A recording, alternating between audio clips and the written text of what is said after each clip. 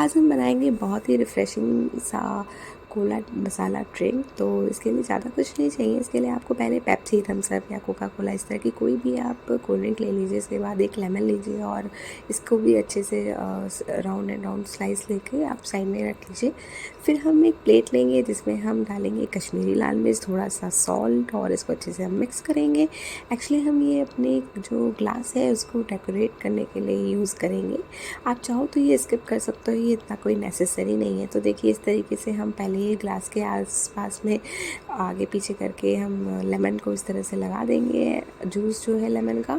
फिर वो इस पर हम इस तरह से जो कश्मीरी मिर्च का मिक्सचर है ना उस पर हम राउंड राउंड करेंगे, ताकि जो लेमन की वजह से ना ग्लास में अच्छे से ये हो जाएगा। और उसके बाद हम इसमें 2 स्लाइसेस लेमन डालेंगे। साथ में हम यहाँ पे हाफ़ टेबल स्पून के करीब शुगर डालेंगे एंड देन हम इसको अच्छे से स्क्वैश करेंगे इस तरीके से, अच्छे से दबा दबा के, ताकि जो जूस और जो शुगर है वो अच्छे से एक दूसरे से मिल जाए, घुल जाए।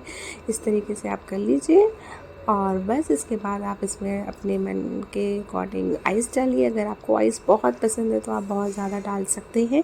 हमने यहाँ पे शुगर वगैरह या बाकी और जो मसाले हैं वो इसीलिए डाला है ताकि जो आफ्टर आइस जो उसका टेस्ट है वो मेंटेन रहे। तो देखिए हमने यहाँ पे chaat masala half table spoon के करीब, इसके साथ ही हमने ब्लैक सॉल्ट डाला है हाफ़ टेबल स्पून के करीब। पिंच भर हमने यहाँ पे ब्लैक पेपर लिया है। I know black pepper sound बहुत अजीब कर रहा है, लेकिन आप डाल के देखिएगा ये बहुत ही अच्छा, बहुत ही टेस्टी सा ये लगता है। तो देखिए हमने एक बार अपना जो पेप्सी है वो फिल किया एंड देन जो कि हमने उसको दोबारा फिल किया और उसको अच्छे से मिक्स किया।